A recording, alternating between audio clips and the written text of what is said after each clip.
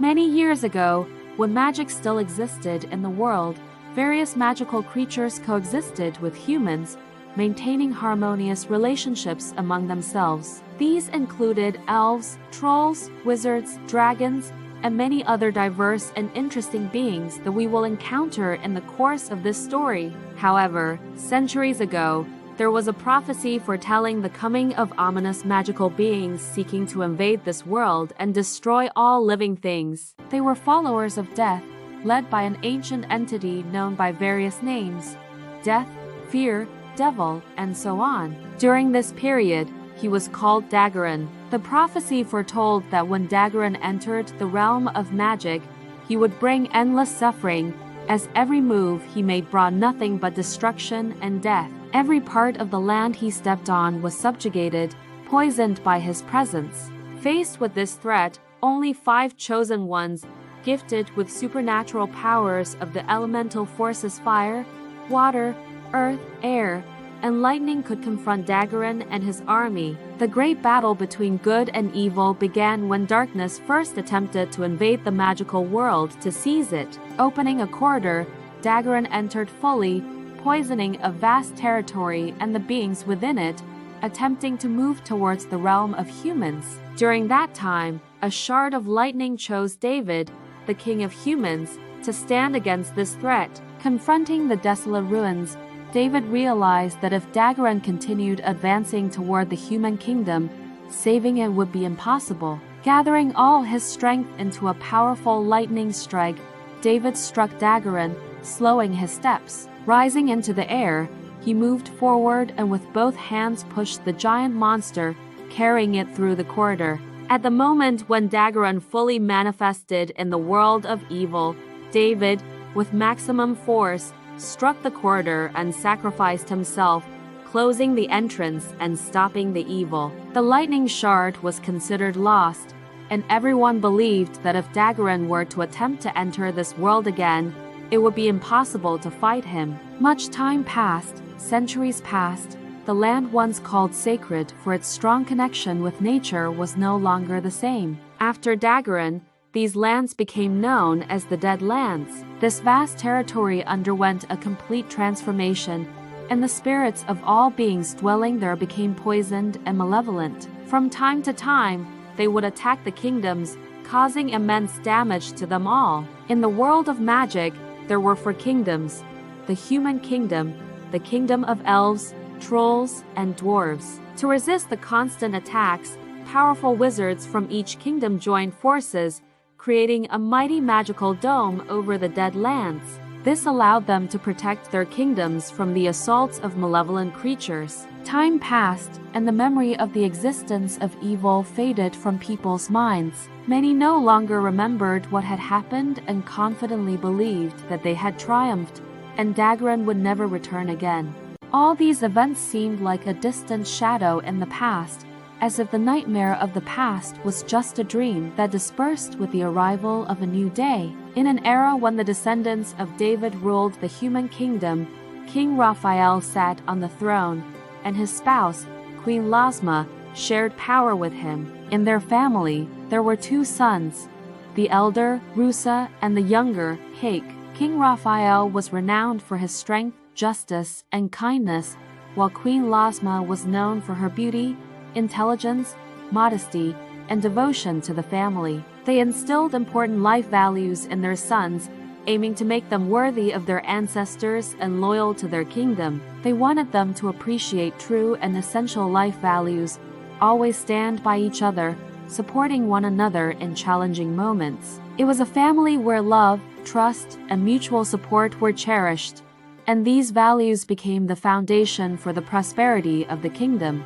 King Raphael often went into battles against monsters attacking the kingdoms from the Dead Lands and always returned victorious. His sons were proud of him and aspired to grow as strong and powerful as their father. They trained diligently, constantly honing their combat skills, and looked up to their father as an inspiration. In the kingdom, there also lived a magical elf who differed from others. She resembled a tree, with roots that extended deep into the ground, while above the waist, she was exquisite, capturing the attention of everyone around. This elf, named Electra, possessed an extraordinary supernatural ability. Thanks to her roots, she could sense the emotions and future joys or sorrows that awaited the kingdom in the near future. Electra expressed these feelings through her magical singing, performing an appropriate joyful or melancholic melody. When the moment of the king's return after a battle arrived,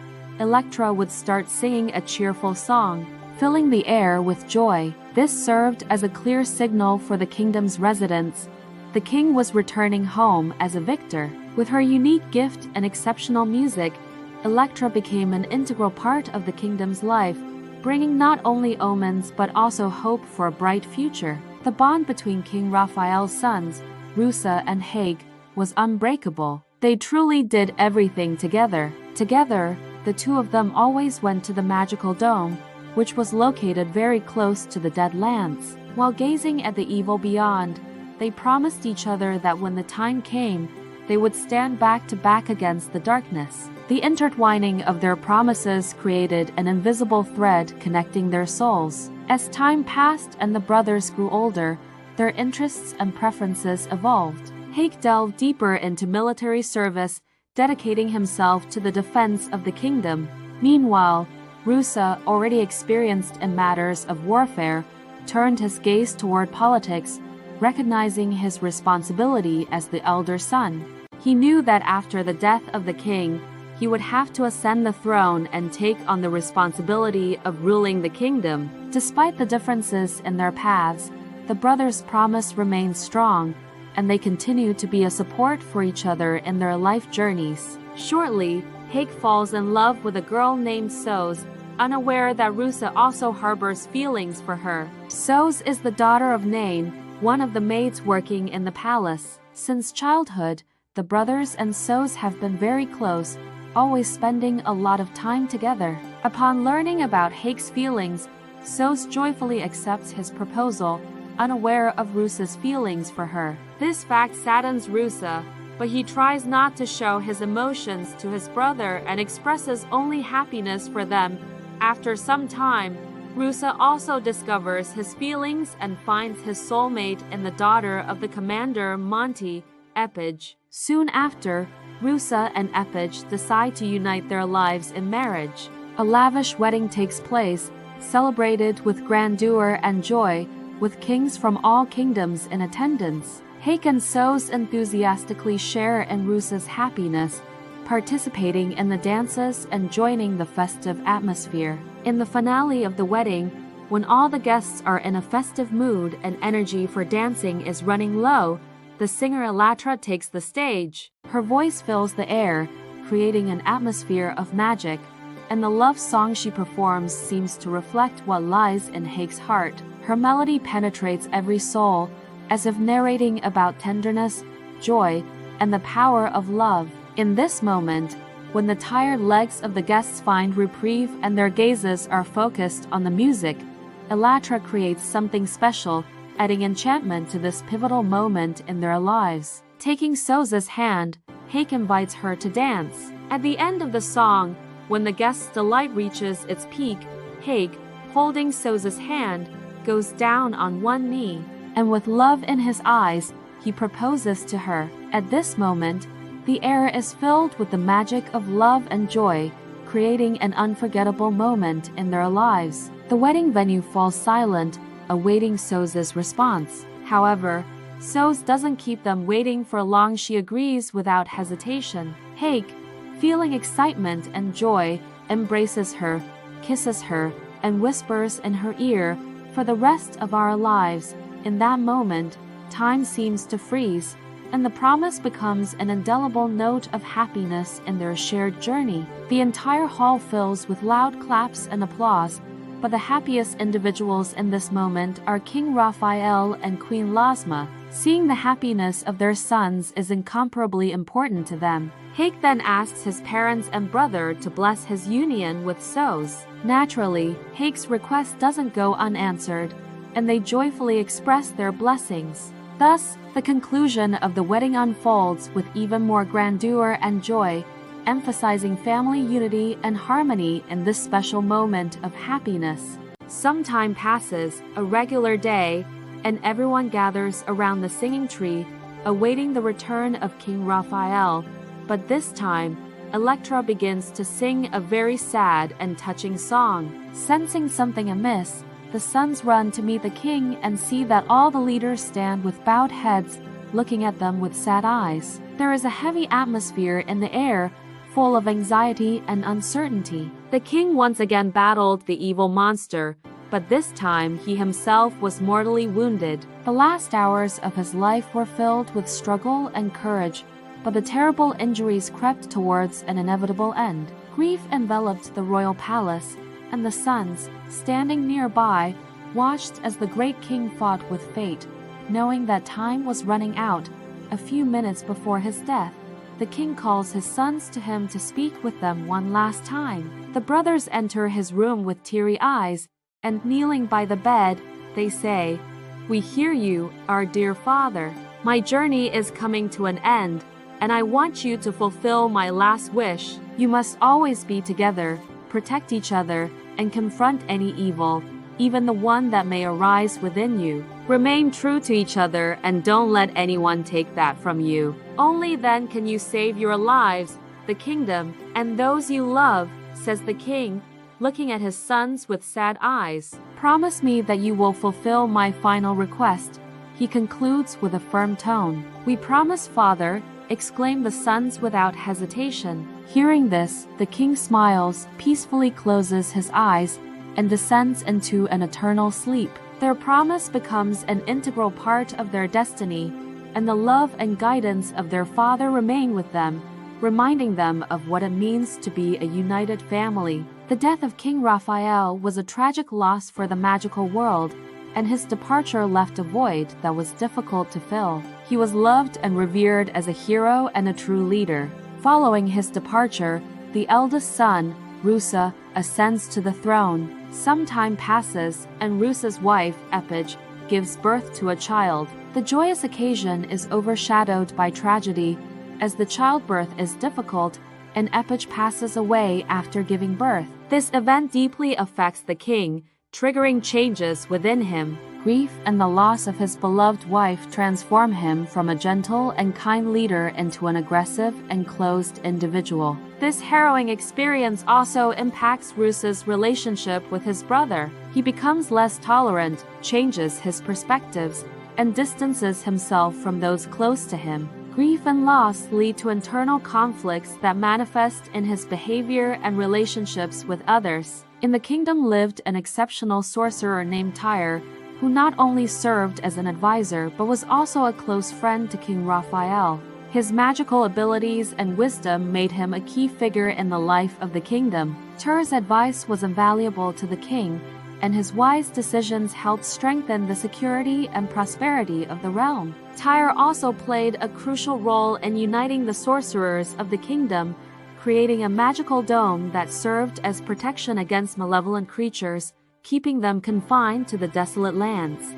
This dome became a symbol of the strength and unity of the wizards under Tyre's wise guidance. Tyre also endeavored to assist King Rusa, sharing his counsel and experience. His calls for tolerance and justice served as reminders of the importance of humanity and governance. Tyre, being not only wise but also an experienced warrior, even took part in the First War, underscoring his dedication to defending the kingdom against evil. Approaching Rusa, he says, "Tyre, allow me to address you, King Rusa." "Rusa, what has happened, Sorcerer Tyre?" "Tyre, I want to discuss your demeanor. You have changed since the death of King Raphael and have become very stern towards your relatives and subjects. They have always been by your side, haven't they?" "Rusa, before the law, everyone is equal, including my relatives." "Tyre, are you equal before the law like everyone else?" "Rusa,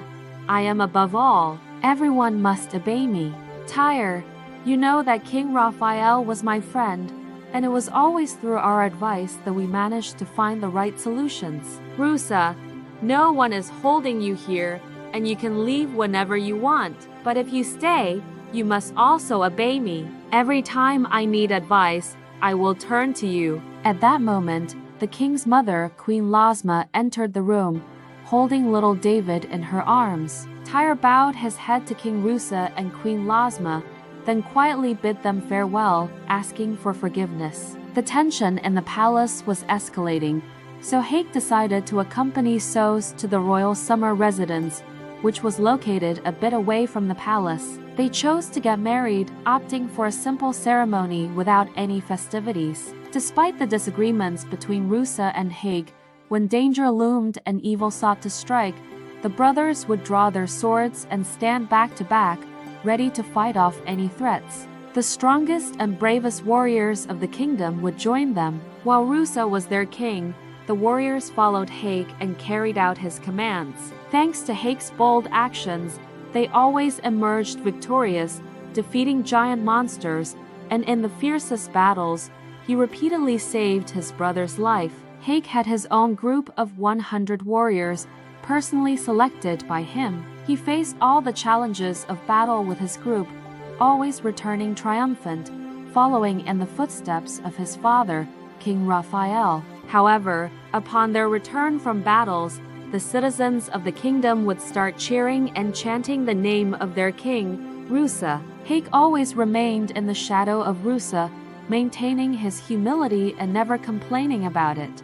All the warriors of the kingdom considered Hayk the strongest among them, respecting him for his kindness and composure. The death of King Raphael had different effects on the brothers. After the loss of their father, Rusa seems to mature instantly, and his character undergoes a significant change. He becomes a just but, at the same time, arrogant and selfish king. Rusa exerts all efforts to make his kingdom strong, but his strictness and punishments for violating royal laws instill fear among the subjects. People respected the king as much as they feared him, especially after the loss of his wife. Rusa enjoyed being in power and ruling the kingdom, and he liked it when he was frequently praised and esteemed. He always pursued his interests and made decisions at his discretion, and no one dared to oppose him. Hayk deeply mourns the loss of his father and falls into a long period of depression. He only emerges from this state when his son is born.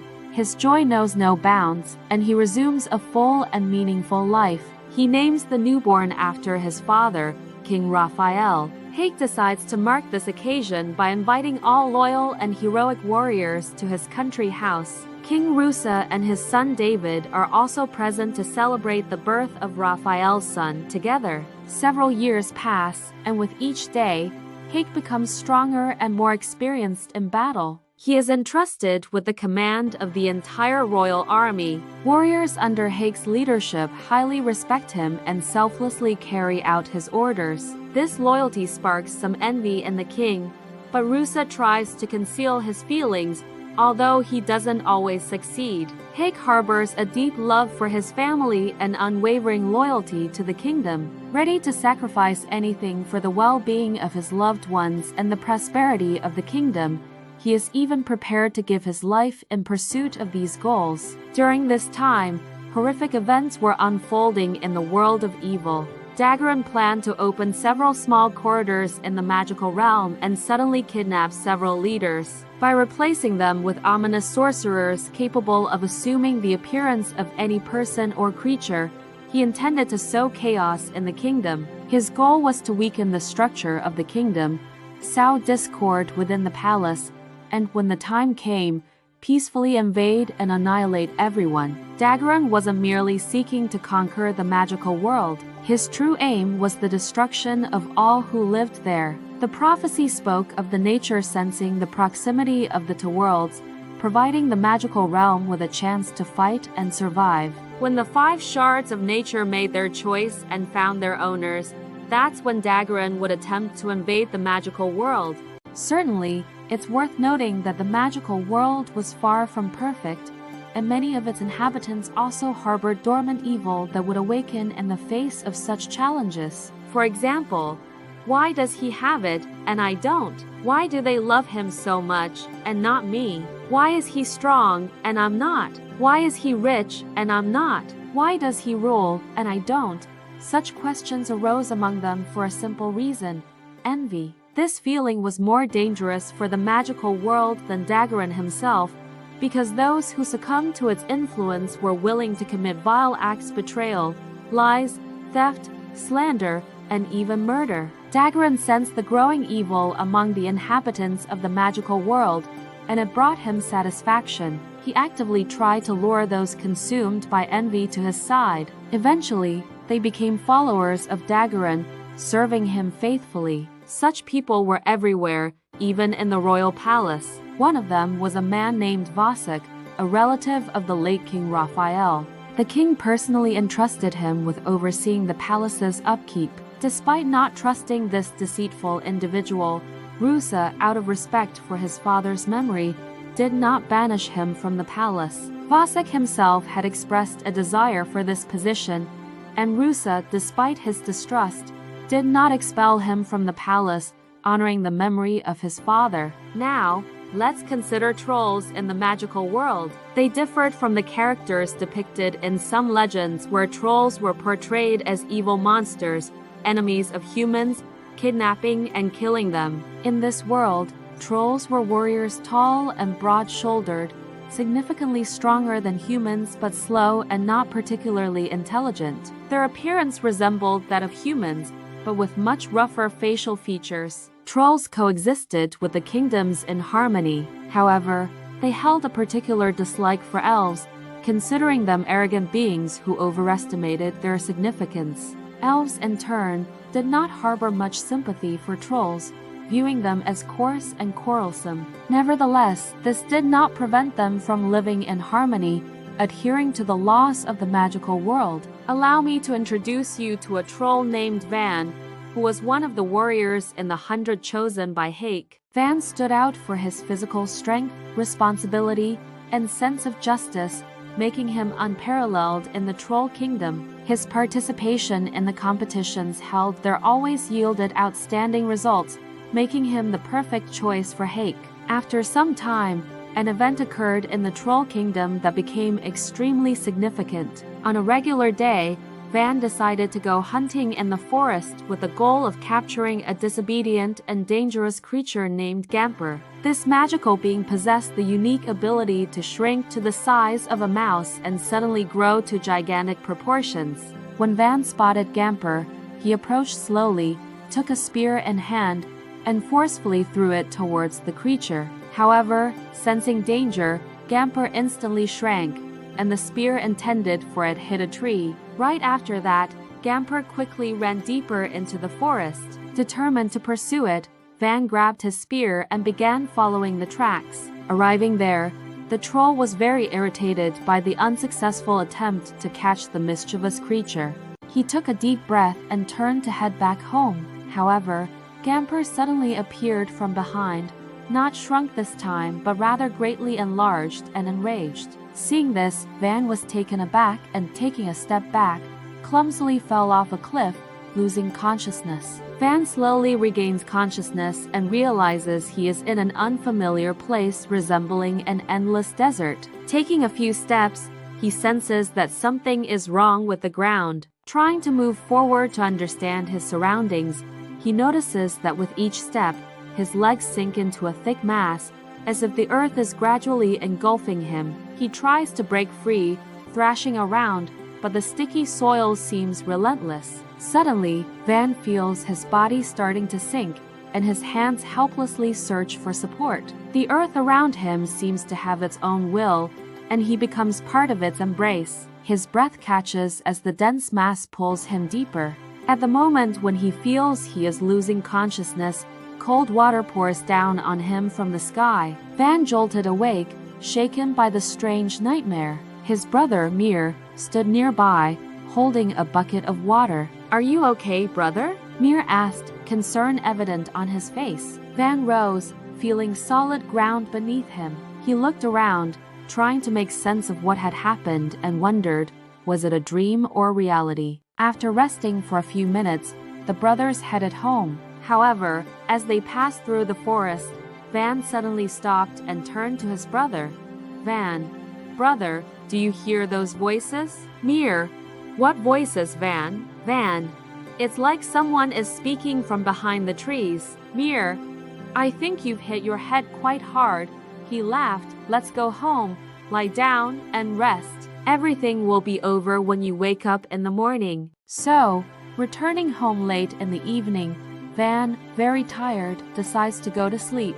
However, strange dreams visit him at night, and he spends a restless night. Waking up in the morning, Van feels fine and thinks it's all over. He lived in a small hut located by the river. Upon waking up, Van heads to the river to wash up. Suddenly, he notices something strange in his reflection. A mark resembling the symbol of the earth has appeared on his forehead. Quickly, he runs to Shivan, the powerful wizard in the kingdom, to find out the meaning of this mark. Seeing Van, Shivan orders him to take off his shirt and turn around. Van complies and removes his shirt, turning his back to the wizard. Shivan, staring at his back, exclaims in horror, "It has begun." On Van's back was a very large mark of the earth, signifying that the shard of the earth had chosen him. Shivan informs Van that they urgently need to go to the realm of humans to meet with the Supreme Sorcerer Tyre and deliver important news to him.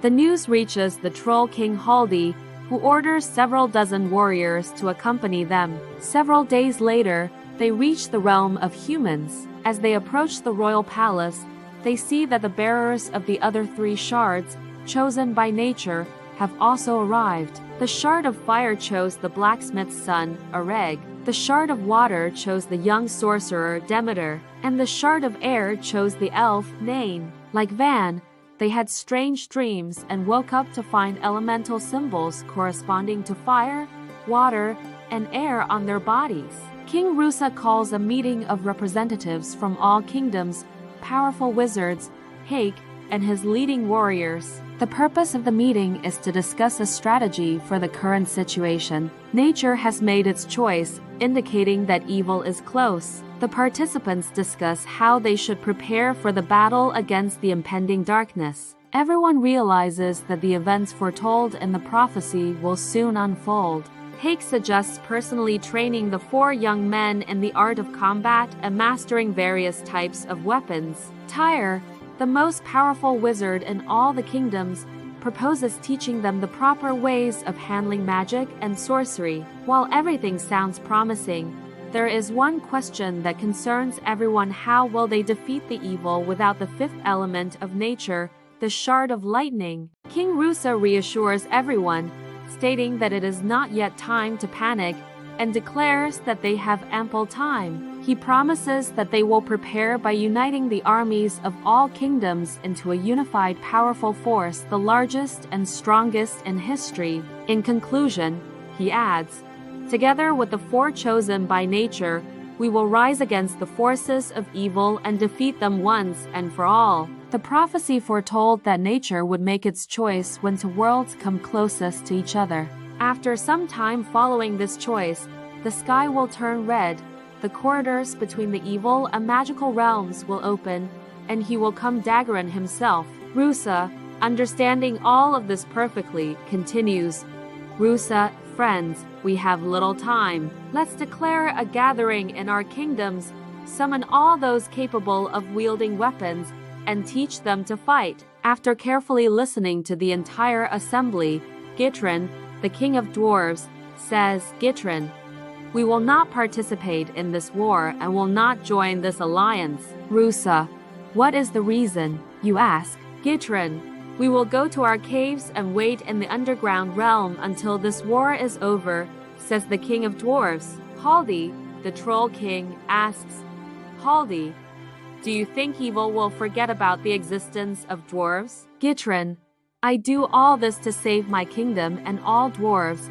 Gitrin replies, standing up and leaving with his sons. Amara, the elf king, shouts after him, "Amara, you will deeply regret your decision. You will destroy not only your kingdom but the entire magical world." After the departure of the dwarves, tension grows in the kingdoms. Many express anger and concern, believing that without the dwarves, defeating evil will be extremely difficult. This loss becomes a significant trial for everyone. However, Rusa doesn't lose optimism and encourages everyone, stating that they will defeat evil at any cost. The fight is for their families and for the entire magical world. Active preparations begin in all kingdoms, strengthening military positions, building defensive barriers, and training everyone capable of fighting in the art of war.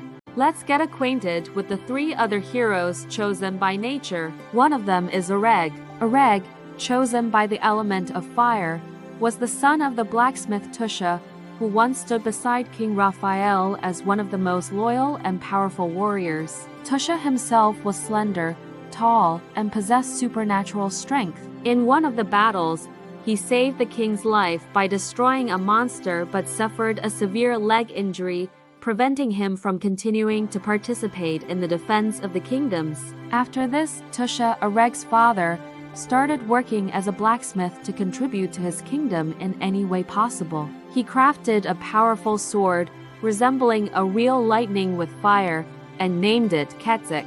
Deciding to give this sword to his friend, King Raphael, Tusha expressed his loyalty and readiness to continue serving his kingdom even in a new role as a blacksmith. Tusha taught his son Areg the art of combat from a very young age. Young Areg possessed the same strength as his father and easily learned all the intricacies of martial arts. He enjoyed training and dreamed of becoming a hero like his father. However, after Tusha suffered a severe injury, Areg's perspective changed, and he decided not to participate in battles but to stay by his father's side to assist him. This continued until nature chose him. Being chosen by the element of fire, Areg, along with his father, headed to the royal palace. Demeter, chosen by the element of water, was a wandering wizard. Traveling through the kingdoms, he performed his magic on the streets, bringing joy to everyone around and earning a living in this way. Despite his whimsical nature, Demeter often slept on the streets due to a lack of money for rent. The wizard remained cheerful and happy, despite the difficulties he had faced since childhood. His mother died of a severe illness when he was very young, and a few years later, his older brother, Gore, and father, Arthur, heroically perished in a battle, becoming the stuff of legends. Everyone spoke of how, during the battle, they saved King Raphael, the wizard Tyre, and several dozen warriors who had long been besieged, trapped, and found themselves behind enemy lines. To escape from this difficult situation, they climbed a small hill and fought the enemy face to face. They resisted, trying to hold their positions until the warriors of the magical world could break through the massive enemy forces to rescue them. However, after several days of fighting, their strength began to wane. Realizing this, Arthur and his son made a decision. They gathered a large number of horses, tied several dozen wagons together, and taking their places in them, headed straight into the heart of the enemy army. Their goal was to create a path, splitting the enemy army into 2 parts. This is exactly what they did, creating a breach in the enemy ranks. This maneuver provided the warriors an opportunity to break through and attack the enemy from the center, dividing it into 2 parts. Thanks to this, the king and the others were saved. After the successful defeat of the enemy, King Raphael orders to bring the 2 fearless heroes to him to express gratitude and reward them for their bravery. However, he is informed that during this heroic deed, they were repeatedly struck by spears and arrows from different sides, and unfortunately, both of them died. Upon learning of this, King Raphael is deeply saddened. He embraces young Demeter and says, "I am sure you will become a fearless, strong, and honorable hero, just like your father and brother. I promise to take care of you, to be by your side until the end of my life." The king orders statues to be carved in their likeness and installed in the royal square alongside statues of other heroes. Initially, Demeter lives in the royal palace for several years, but being very free-spirited, he decides to leave the palace and become a wandering wizard. Tyre senses that great magical power is locked within Demeter, and every time he meets him, he offers to join the royal wizards and train with them. However, Demeter tells Tyre that he loves freedom and cannot live by rules, refusing the offer and preferring to go his own way. Now, let's meet Ani, an elf and the chosen one of the element of wind. Ani was born in the Elven Kingdom and was the younger sister of Queen Maya. Elves had long lives surpassing the ages of other beings, and even by their own standards, Ani was considered very young at around 100 years old. In their timeless world, where time flowed slowly, it was just the beginning of her long journey. While many creatures would view a centennial elf as mature and experienced, for Ani, it was just a moment in the vast stream of time she had yet to explore. Ani was also characterized by her love of freedom and adventure. She did not confine herself within the palace walls and sought to learn more about the diversity of life beyond them, finding beauty in every corner of her magical kingdom. Ani was proficient with all kinds of weapons, but her favorite was the bow and arrows. With skill and grace, she could hit a target from a great distance with high precision. Her archery prowess was exceptional, and each shot was accurate and deadly. In addition to her combat skills, Ani was incredibly beautiful, and her appearance seemed almost magical. Her charm magnetically attracted the attention of those around her. High-ranking elven men often made proposals to her, but Ani always declined. She valued her freedom and was confident that getting married could jeopardize that inviolability. Her heart belonged to freedom, and she had no desire to conform to the traditional expectations of her society. Ani strongly wished to leave the kingdom and embark on her own adventures, but she was not allowed to do so alone. Elven rules were strict, and she could only leave the kingdom in the company of her family members. Elven laws maintained strict order, and any violation was harshly punished, even among members of the royal court. Eventually, due to her selection by the element of air,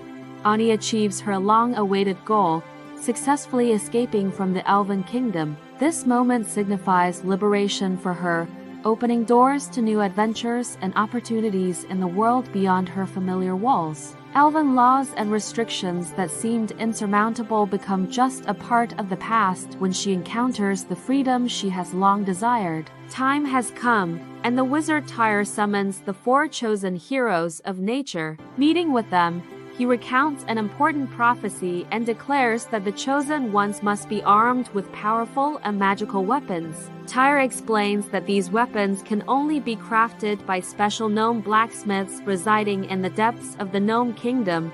At its very core, he also adds that each of the chosen ones must invest their own magical power into the crafting of their designated weapon, making it unique and ensuring that it will serve only its owner. Tyre continues his tale, emphasizing that these gnome blacksmiths are unusual beings, possessing enormous size and unparalleled mighty strength. The metal destined for the creation of the Chosen One's weapons had unique properties. It fell from the sky. This metal was extremely hard, and its origin was so mysterious and majestic that it was considered a gift from the heavens. Only blacksmiths with exceptional power could craft magnificent weapons from it. Tyre warns the Chosen Ones, highlighting that encountering these giant gnomes requires special caution. He cautions that their strength matches their mastery in the art of blacksmithing and urges the Chosen Ones to be vigilant when interacting with these super strong blacksmiths. Tyre,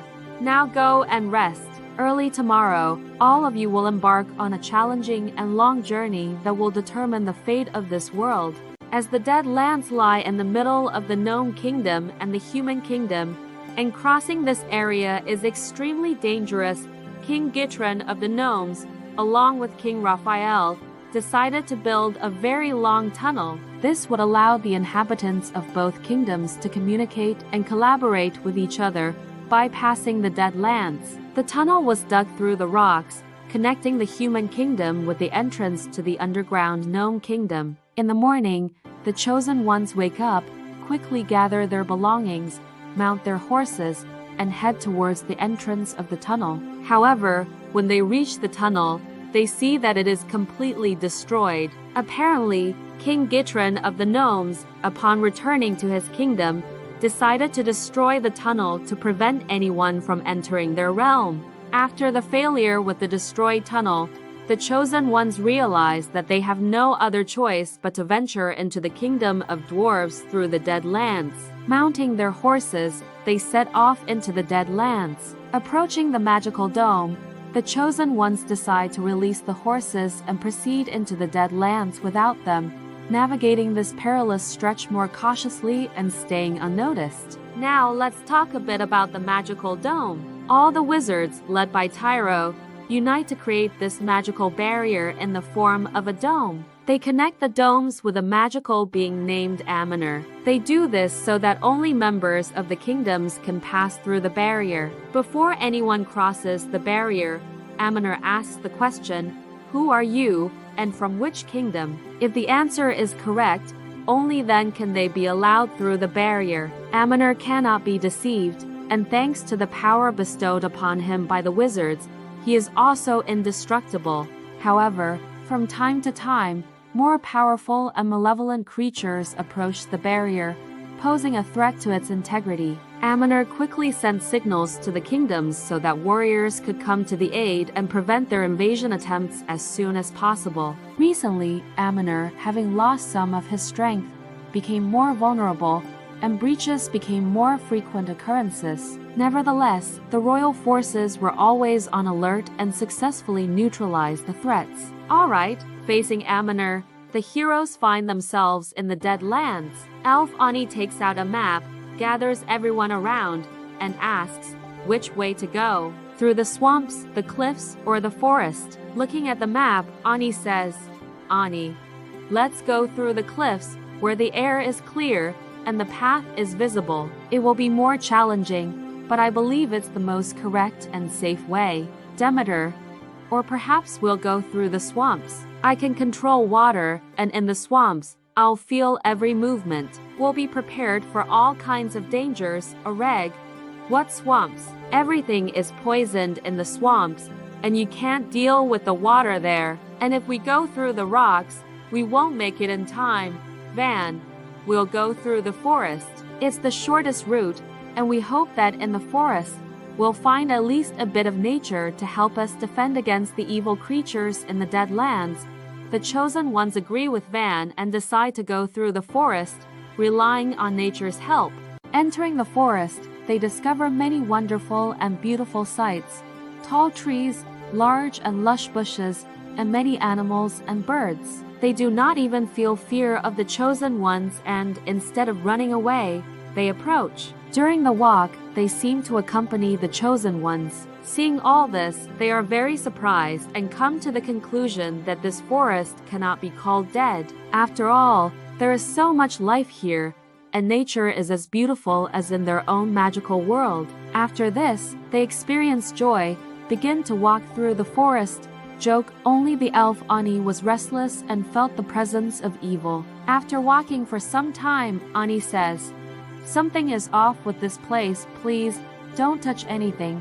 She felt all of this more keenly than the others, as the senses of elves were sharper. She sensed footsteps and various sounds around her that didn't align with the movements of the passing animals. Soon, Ani realizes that the situation is much more serious, and all of this is just an illusion. Gathering all her strength, she manipulates the wind, creating a giant storm the height of a tree. Thanks to this, she gathers all the poisonous gases causing the visions and sweeps them out of the forest. The other chosen ones hold their heads, bow, and wait for the storm to end, trying to understand why Ani is doing this. After all of this, the chosen ones rise and find themselves in a very gloomy place. They stand on wet and lifeless ground, filled with worms and other repulsive insects. Around them are decaying trees, behind which only red eyes flicker in the darkness. Suddenly, tree roots, resembling snakes, wrap around Van's legs, pulling him down and attempting to drag him towards a large tree. At that moment, Oreg swiftly draws his sword and with a powerful stroke severs all the branches. Following this, a horrifying howl resounds.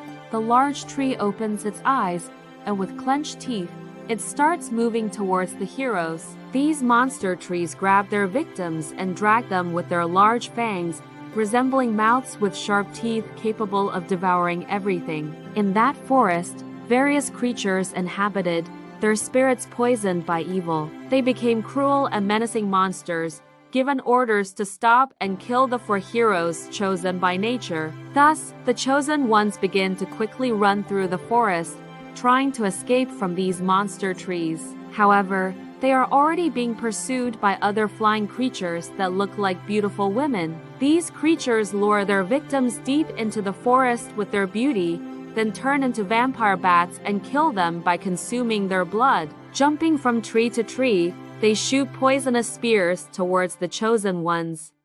Meanwhile, Van tries to summon the forces of the earth to resist, but the earth in that place does not heed him, and doing so becomes impossible. Soon, the vampire bats surround the heroes and begin whispering in a very soft voice, "Your end has come, chosen ones. Our master will be very pleased when we bring him your heads. He will reward us very generously." The chosen ones stand back to back, awaiting their attack. After a few moments, Hayk takes a step forward and exclaims, "You think you can defeat us so easily? This is your end, not ours. Now you will see for yourself." Clasping his fists, Hayk begins to glow with anger, as if a fire in his soul ignites with the fury of a great flame. He rises into the air, creating a powerful wave of fire. He directs it towards the vampire bats, causing fiery devastation in the air. The flames engulf the creatures' wings, burning them and causing many to fall to the ground. Those in close proximity to the source of fire are completely incinerated, turning into ashes. After the mighty strike, Hayk feels his strength draining, but despite the fatigue, the chosen ones move forward. It was already night, and reaching the river, the chosen ones decide to make a small raft to cross the water. Demeter, gazing at the river for a few moments, says, "Demeter, friends, let's get some rest on the banks of this river and recharge before continuing our journey." Van, "All right, I think we all need some rest. You all sleep, and I won't sleep. I'll keep watch until you wake up." Demeter, "We need to rest so that we can continue our journey. Since I've lost only a little strength, I'll take the watch myself. Do you think it's night now?" "I think so. Yes, it's night. Although it seems like there is no day here. In these dead lands, it's always dark, and the horrifying sounds are becoming unbearable." Van, "Wake me up after a while, Demeter. You need to rest too. No one here is better than you. You must wake me up." Demeter, "As you wish, Van. Sleep peacefully." Well, let's not talk anymore. The name of the river the chosen ones wished to cross was Sakar. Once upon a time, before the invasion of evil, this place was considered one of the most beautiful in the magical world. The Sakar River had a magical beauty, and the main reason why people from all over the kingdoms came here was because of the giant water dragon Haldi. This place was a real corner of magic, where the beauty of the Sakar River and the nobility of the giant Haldi dragon created an impressive and unforgettable magic. The majestic dragon, despite its impressive size, remained a kind and peaceful creature, bringing delight and admiration with its airy jumps and falls into the water. Those who had the pleasure of seeing this miracle remembered moments filled with magic and beauty. So Van wakes up first and, seeing Demeter, says, "Van, enough of being on duty, Demeter. Now it's my turn. You go to sleep." Demeter, "Time to go." Van, "Is it time to go? Didn't I tell you to wake me up?" Van, angered by Demeter's actions, struggles to contain his rage. He feels the ominous energy filling the air around them. Ani and Hayk wake up from the voices and try to calm them down, fearing that dark forces might hear their argument and discover their hiding place. Demeter, "When you were all asleep, I put my hand in the water and felt something very big and evil there. I can't control this water, and crossing the river can be fatal." The chosen ones decide not to risk time and disagree with Demeter. They convince him to rest and help them prepare a raft for a quick crossing of the river. Soon they prepare the raft and, having climbed onto it, begin to move to the other side of the Sakar River. The water in the river was very cloudy.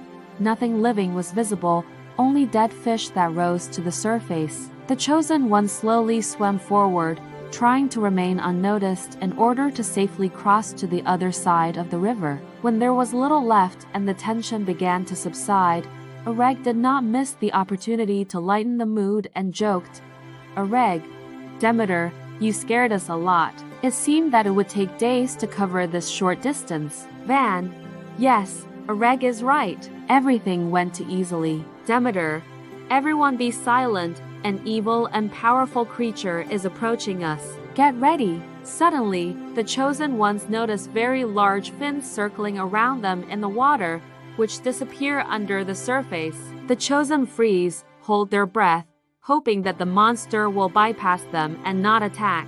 However, this monster studies them, like a predator studying its prey. After looking around for a while, he pulls his huge head out of the water and looks angrily towards the chosen ones. Ani, with alarm in her voice, explains to her companions that this is, apparently, the good dragon Haldi, the guardian of the Sakar River. However, she notes that the dragon was also exposed to evil by obeying Daggeron's orders. The elf expresses sadness and concern that even such powerful beings as Haldi could not resist the influence of evil. Suddenly, Haldi begins to rush at great speed straight towards the chosen ones. Ani shoots several arrows towards the monster, but all her efforts are in vain. Haldi is too large and his skin is so hard and powerful that arrows pose no threat to him and do not even penetrate his thick hide. Haldi disappears underwater and smashes the raft into pieces with a powerful swipe of his tail. The chosen ones lose their balance and fall into the water, now in an extremely difficult situation. Soon, the monster begins to circle around the chosen ones, as if preparing for the final blow. Demeter realizes that in this dead river they have no chance against the giant monster and decides to use his abilities to contact Haldi and direct his attention only to himself. After this, he dives under the water and begins to swim very quickly to the depth of the water. True, water was Demeter's element, and he felt very good there. However, this was no ordinary water, and the deeper he dived, the worse he felt as the poison present in the water began to penetrate his blood. Haldi also dives and swims after Demeter. The chosen one of water believed that the bottom of the river was not yet poisoned, and by lowering the monster there, he could remove it from the influence of evil. At this time, the remaining 3 chosen ones swim to the shore and realize that Demeter is not with them. Having reached such a depth, Demeter can no longer stand it and, losing consciousness, falls to the bottom of the water. The monster approaches, about to swallow him, but stops at the last moment. Thanks to the clean water there, Haldi begins to come to his senses and realizes what is happening. Seeing Demeter unconscious, Haldi realizes that this is the chosen one of water. Taking it carefully into his mouth, Haldi quickly swims to the shore, saving his life. Meeting the rest of the chosen ones, he quickly says, "I have little time, and I need to go down to the depths of the water so as not to fall under the influence of evil again." Somehow standing up, Demeter says, "Demeter, I am very grateful to you, Haldi, for saving my life. I will never forget it."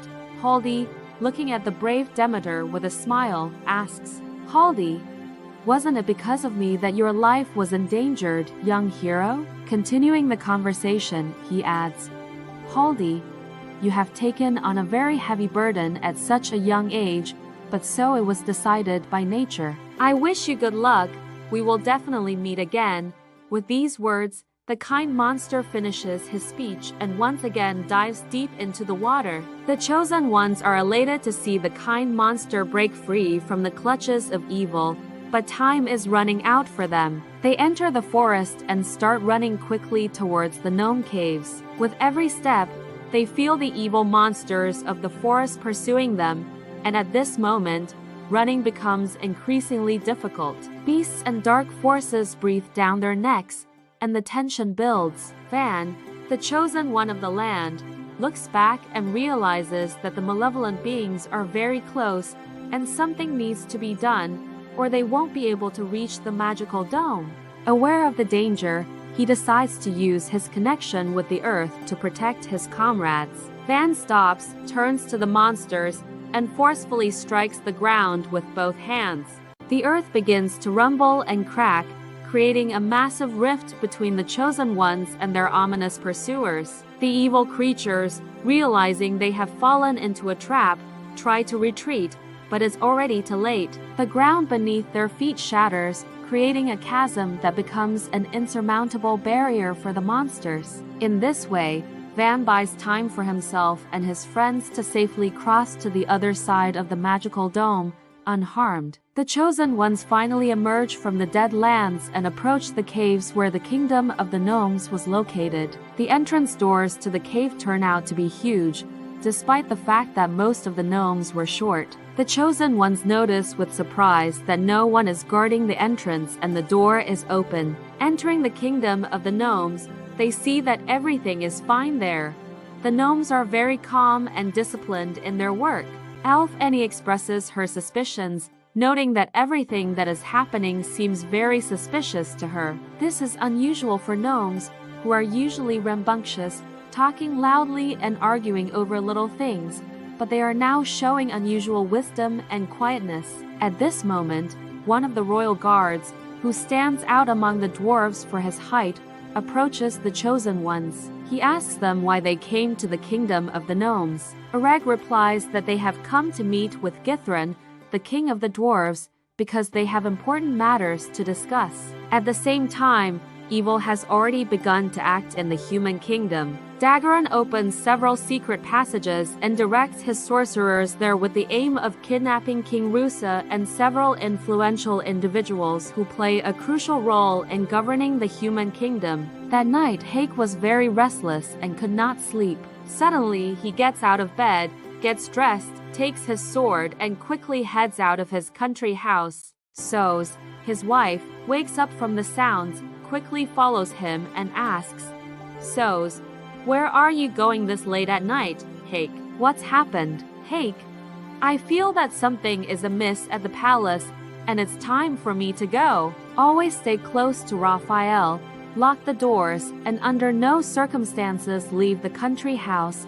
So Hayk gets on his horse and quickly moves towards the royal palace. After some time, the sorcerer Tyre wakes up, goes out onto the palace balcony, and suddenly notices that the king's brother Hayk is walking in the palace courtyard. He decides to go downstairs and find out what Hayk is doing here at such a late hour. After searching for him for several minutes, the wizard hears voices. Walking towards these voices, he sees Hayk entering a black magical corridor portal. Approaching the corridor, Tyre notices that King Rusa's sword is lying on the ground, and when he tries to pick it up, someone hits him on the head from behind, causing him to fall unconscious. Now let's return to the kingdom of the dwarves, where Githran, the great king of the dwarves, meets the four chosen ones in his royal hall.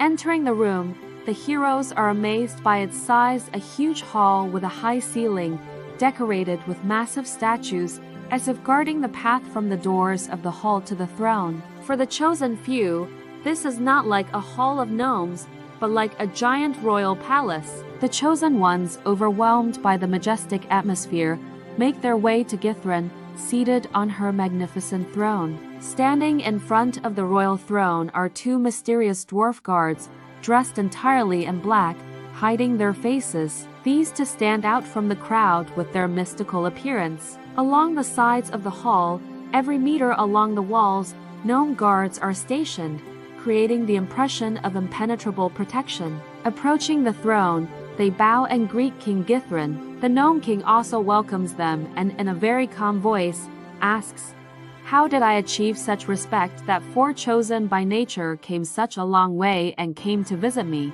The Gnome King seemed extremely calm, but in his eyes, against the background of this calm, something sly and sinister flickered. The guards, as if ready to receive an order every minute, were tensely awaiting the command to neutralize the chosen ones. At this time, the elf Ani comes forward and says, "Your Majesty, we were sent by Tur, the chief wizard of the human kingdom. We have come to meet with the giant gnome blacksmiths and, with their assistance, obtain the weapon foretold in the prophecy for our cause." After several seconds of silence, Githran begins to laugh loudly, and then with some kind of cynical smile says, "You have traveled a long and perilous journey to come to my kingdom. Unfortunately, the magical gnome blacksmiths you speak of have long departed from this world, and the path leading to them has vanished. Since then, a considerable amount of time has elapsed, and it's implausible that they are still alive." Having said this, Githran begins to smile again, and after a short silence continues, "But despite this, I am glad to see you in our kingdom. We have all been waiting for you for a long time." The Gnome King begins to laugh loudly. The Chosen notice that Githran's eyes turn completely black, and his voice gradually starts to rasp. At that moment, the Chosen realize that the king is under the influence of evil, and his words are not his own. Under the control of the two towering guards beside him, who turn out to be evil sorcerers obeying Daggeron's orders, Githran has become a puppet in their hands. Understanding this, Ani, using the power of the wind, creates chaos in the hall, providing an opportunity for escape. Exiting the hall, Van urges everyone to stop. Then he kneels, places his hand on the ground, and says, "I feel very faint breathing in the depths of the cave, and I think that these are the gnome blacksmiths. Follow me, friends. I know where to go." They begin to run very quickly, continuously descending into the depths of the cave, and after a while they reach a large door on which blacksmith tools were depicted, a stone and a hammer. Upon entering, they see a staircase leading down into deep darkness. It was very dark in this place, and even the edge of the stairs could not be seen. Seeing this, Areg created 4 flames floating in the air and circling around the Chosen Ones, illuminating their path. Going downstairs, they come to a huge stone door, locked from the outside by a pile of rubble. Van tells everyone to step aside so he can get rid of the obstacle and open the giant door. When they go inside, they find it dark and the air filled with silence. Demeter, the Chosen One of Water, proposes to separate so that they can more easily inspect this great forge. After looking around a little, Demeter turns to his friends and says, "Demeter, I think we're wasting our time. There's no one here." After these words, he turns around, and the fire he created illuminates the area in front of him. Suddenly, a giant stone statue appears in front of them. Demeter startles in fear, mistaking her for one of the gnome blacksmiths, but then, turning around, jokingly says, "Demeter, there was nothing to be afraid of. It was just a stupid piece of stone." Suddenly, the statue opens its eyes, lets out a loud cry and attacks the Chosen Ones, periodically repeating, "I will kill you, Githran. You will not escape from my hands. Are you coming for me to kill me? How did you kill the other gnome blacksmiths?" The Chosen Ones, scattering in different directions, surround him and try to calm him down and explain that they are the 4 elements chosen by nature and came here so that the blacksmith could make magic weapons for them. Hearing this, the dwarf blacksmith relaxes and sits on the ground, taking a deep breath. Areg lights nearby forge torches, using the power of the fire to make them visible to the smith and allowing for quiet communication. Then the Chosen, one by one, introduce themselves and ask for the name of the gnome blacksmith. He answers, "My name is Torg, and I am the last living dwarf blacksmith. Githran tried to destroy us, leaving us here without water, light and food, so that we would die and be unable to fulfill our mission, which was stated in the prophecy. I am very glad that you are here so that I can do what my ancestors taught me. Van, where are the rest of the gnome blacksmiths?" "Torque. They left, transferring their magical power to me, since I was the youngest of the blacksmiths, and only I could survive for so long." "Ani, can you make this weapon alone?" "Torque.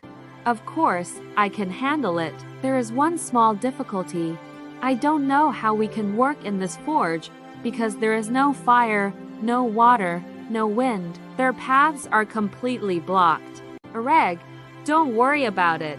He puts his hands into the oven and makes it burn with a bright, strong fire. Here Demeter comes forward. He places his hands on huge barrels, which instantly begin to fill with water. Ani also casts a spell, filling the entire forge with fresh air. Torque stands up, takes a deep breath, thirsting for fresh air, goes to a barrel of water, picks it up and drinks it all, then takes another barrel of water and pours it over his head. Torque: that was good.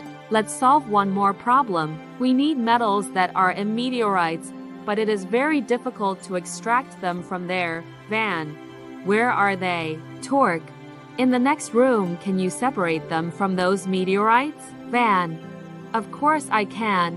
When you bring the tools, the metal will already be here. Torque: Areg, increase the fire of the furnace and light all the torches in the forge. By this time, Van puts the metals in place and says, Van, please prepare my weapon first. He felt that Githran's soldiers were already approaching, and he wanted to take his weapon as soon as possible in order to go out to meet them and gain time for his friends. Looking at the hot stove, Torque says, Torque, I will finally complete my mission, and my brother's sacrifice will not be in vain. Now it's my turn, and I will do what my ancestors taught me.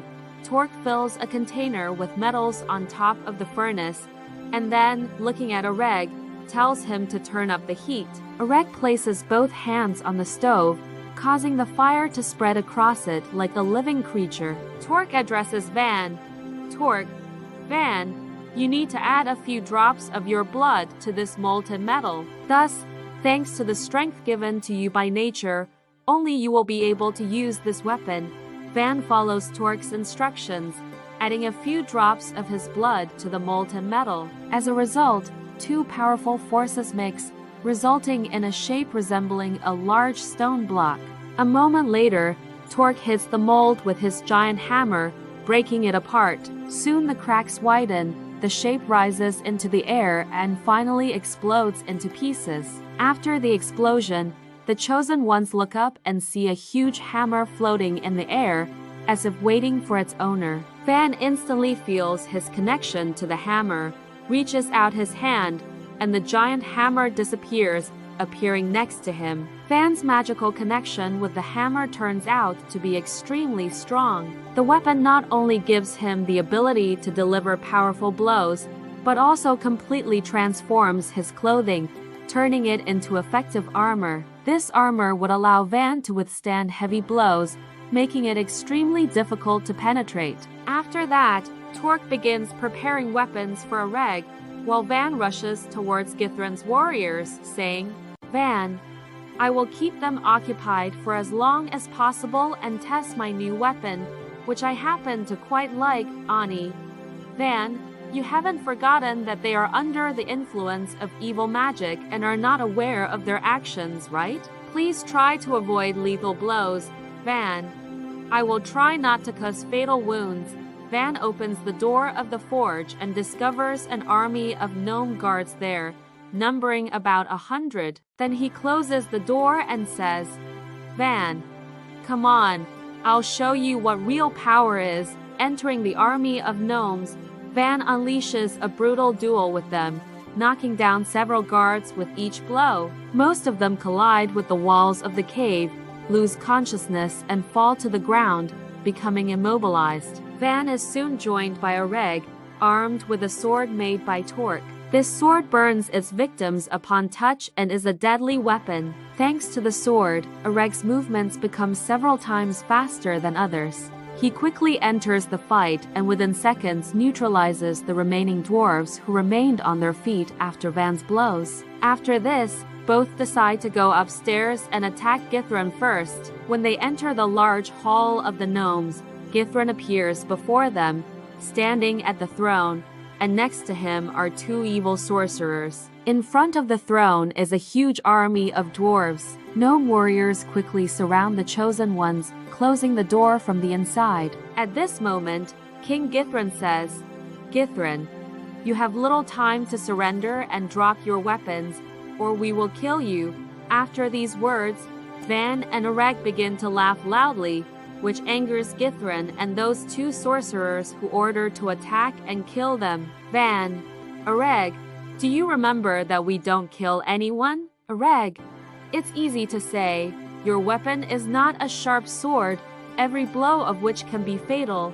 Van, you should use your speed, let's smash them. Van and Areg accept the challenge and engage in a fierce battle. Not only ordinary gnome warriors fight on the side of the gnomes, but also gnome wizards, gnome giants in general, the entire gnome kingdom. They all attack the chosen ones, confident that they will be easy to defeat. However, Areg and Van do not lose heart and begin to win victories one after another. Gradually disarming many opponents, the chosen ones strive for King Githrin, hoping to remove him from the influence of evil. But when the heroes are at a sufficient distance, those two guardian gnomes appear in front of them and turn into black evil magicians. Their main strength was the art of deception, thanks to which they ruled the entire kingdom of the dwarves for a long time, holding it on their threads. Now freed from the guise of the guards, they decide to resort to their insidious magic and deception to lure the chosen ones into a trap. Trying to deceive even the chosen ones, evil magicians create illusory realities and various visions so that Van and Areg cannot discern their real intentions. Their goal is to sneak up on the chosen ones unnoticed, suddenly attack them from behind and eliminate them. However, when the evil magicians are at a sufficient distance to strike, Ani and Demeter enter the royal hall. They also armed themselves with their magical weapons. Ani received a bow that has an unlimited number of arrows and can transform into a sword, and Demeter wields a staff that greatly enhances his magical abilities and can take any form he wishes. Entering the hall, Ani and Demeter find their friends in a difficult situation. Demeter, swinging his staff, creates a wave of water and hits the two evil magicians hard. The blow was so strong and unexpected that it threw them back and they fell to the ground, crashing into the wall of the hall. Rising from the ground, the magicians attempt to threaten the chosen ones on behalf of Daggerin. However, as soon as they open their mouths, Enya's magic arrows pierce their foreheads, transparent as air and fast as the wind. Upon impact, their bodies crumble to dust and fall to the floor in black ash. After this, King Githrin quickly recovers from his delusion and orders his army to stop, saying, "Githrin, the chosen ones, our friends, and glory to nature for coming and saving us. If not for them, our kingdom would have been destroyed. How can I thank you, Van? King Githrin, I would ask you to send some warriors to help the gnome blacksmith Torque. Things are going badly for him and he needs a doctor. I would also ask you to help us return to the kingdom of people as soon as possible."